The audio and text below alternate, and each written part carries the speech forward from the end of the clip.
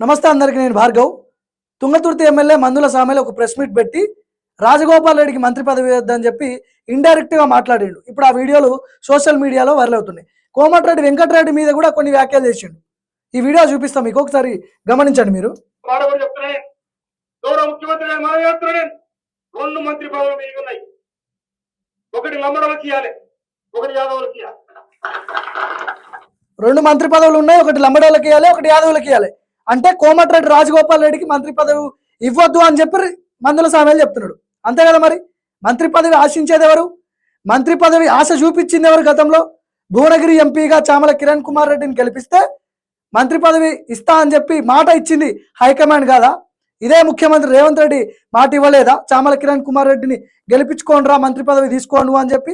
మరి ఇప్పుడు ఇదేంది అంటే రేవంత్ రెడ్డి ఇవ్వలేక, మంత్రి పదవి ఇవ్వలేక దళిత ఎమ్మెల్యే అయిన మందుల సామెలతో ఇట్లా మాట్లాడిచ్చిండు.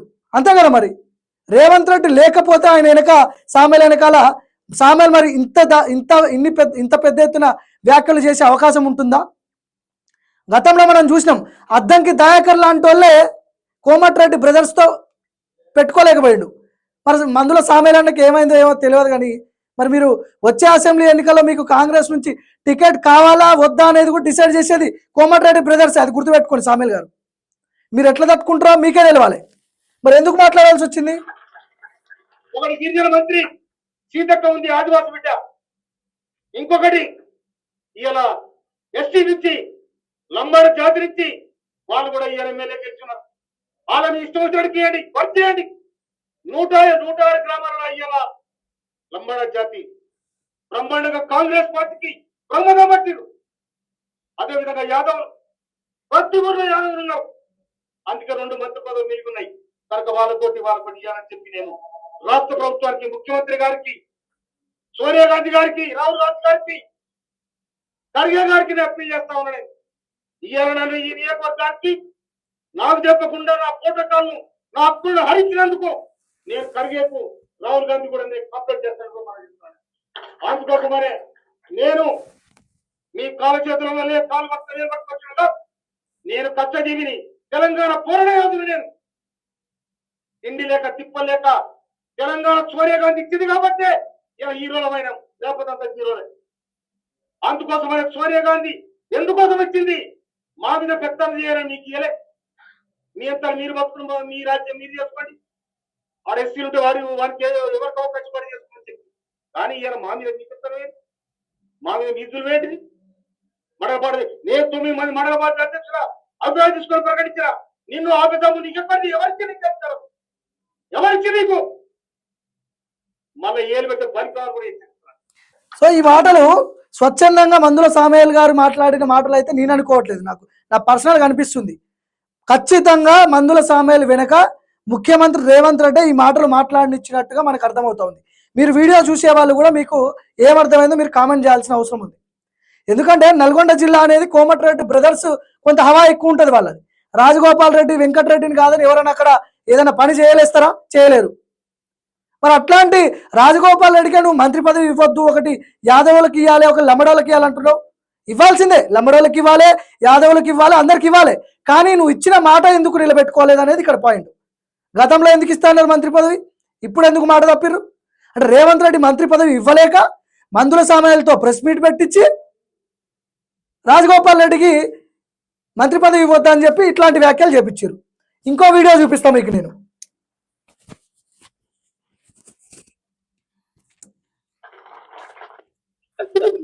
మెడల్ ఖరాబ్ అయ్యి మందుల సామి రెడ్డిలు జ్ఞాపకం మర్చిపోయినాడు. మంత్రికి మెడల్ ఖరాబ్ అయింది. మెడల్ ఖరాబ్ అయితే ఎమ్మెల్యే చేయడంతో ఆయన జ్ఞాపకం పాపం మర్చిపోయాడు. ఎస్సీ నియోజకవర్గం అంటే లెక్కలేదన్నట్టు అహంకారం అన్నట్టు. ఎస్సీ నియోజకవర్గం అంటే అహంకారము. మీ అహంకారపూరితమైన రాజకీయాన్ని సాగు దెబ్బ కొడతామని కూడా హెచ్చరిస్తాను నేను. మా డబ్బులు మోపుతాయి, మా దండోరు వేస్తాయి, మా జోలికి వస్తే సో మా డబ్బులు మోగుతాయి, మా దండోరా మోగుతుంది అని చెప్పి మందుల సామేల్ గారు అంటున్నారు. మీరు వచ్చేసారి అసెంబ్లీ ఎన్నికల్లో ఒకవేళ కాంగ్రెస్ పార్టీలోనే ఉంటే మీ కాంగ్రెస్ పార్టీ మీ టికెట్ డిసైడ్ చేసేది కూడా రాజగోపాల్ రెడ్డి. గుర్తుపెట్టుకోండి మందుల సామేల్ గారు. మీ కాన్స్టిట్యున్సీకి సంబంధించిన కాంగ్రెస్ పార్టీ టికెట్ డిసైడ్ చేయాల్సింది రాజగోపాల్ రెడ్డి చెప్తేనే మళ్ళీ మీకు ఇస్తారు మళ్ళీ ఎమ్మెల్యే టికెట్. సో అది మర్చిపోయి మీరు రేవంత్ రెడ్డి వెనకాల ఉండి మీతో మాట్లాడిపించి రాజగోపాల్ రెడ్డికి మంత్రి పదవి ఇవ్వద్దు అని చెప్పి ఇండైరెక్ట్గా హింట్లు ఇస్తే అది రాజగోపాల్ రెడ్డి నల్గొండ జిల్లాలో పెద్ద ఎత్తున రాజగోపాల్ రెడ్డి వెంకటరెడ్డికి ఫ్యాన్స్ ఉంటారు. మరి కోమటిరెడ్డి వెంకటరెడ్డిని పట్టుకొని మీరు మెంటల్ ఖరాబ్ అయింది మంత్రి కానీ ఎట్లా అంటారు?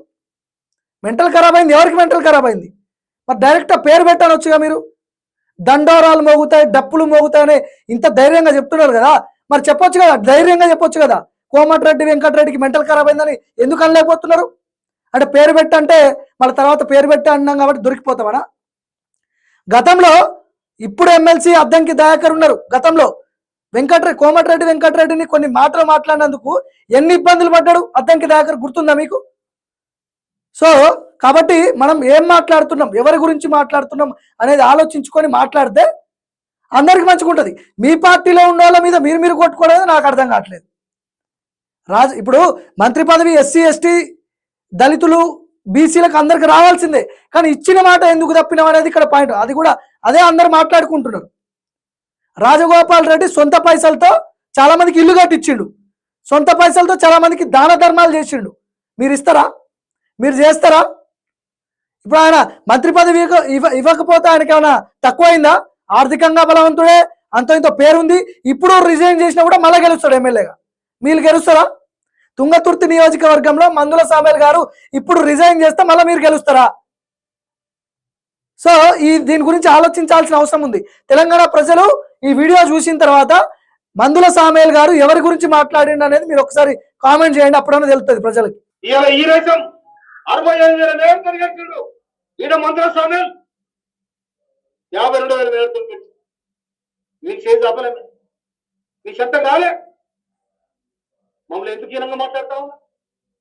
మీ నియోజకవర్గాలు చూసుకోవాలి, మీ నియోజకవర్గం మీ సక్కదనం చూడండి. ఏమనుకుంటున్నారు మీరు? మా నియోజకవర్గాల కోసం కానీ నేను 24 గంటలు జనం మధ్య ఉంటున్నది. 24 గంటలు జన సమస్యలు పరిష్కరించిన నేను, అన్ని కులాలు కలుపుకోబోయే నేను, అన్ని వర్గాలు కలుపుకోబోయే నేను స్వయానం కౌలు రైతు. నేను నాకు ఇంత భూమున్నా కూడా నేను వ్యవసాయం చేసుకొని నా పక్కన రెడ్డిలతో వ్యవసాయం చేసుకోగలుగుతుంది. కానీ మీరు ఆడ శాంతి భవన్ మాట్లాడుతూ రాజగోపాల్ రెడ్డి తుంగతుర్తి బాగలేదు, నగరికల్ బాగలేదు, నేను గడుపుకో మునుగోళ్ళ చక్కదనం చెప్తుంది. నాకు కూడా రిపోర్ట్ వచ్చింది మునుగోళ్ళ ఇట్లా ఉందని. నాకు దాని సమాధానం చెప్పాలి. నల్లగొండ మీరు రాజ్యం అనుకుంటున్నారు. మీరు నల్లగొండ జిల్లా అంటే ఇది శ్రమజీవన జిల్లా. కొడుకు బలహీన వర్గాలు ఉద్యమాలు చేసిన తుంగతుర్తి పోరాడాల గడ్డ.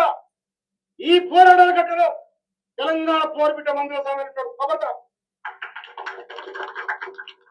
మాకు కానీ బడుగు బలహీన వర్గాలకు కానీ పక్క దిక్కినక్కడ కూడా కానీ మీరు చిన్న చూస్తే దానికి సమాధానం చెప్తారని హెచ్చరిస్తున్నాడు.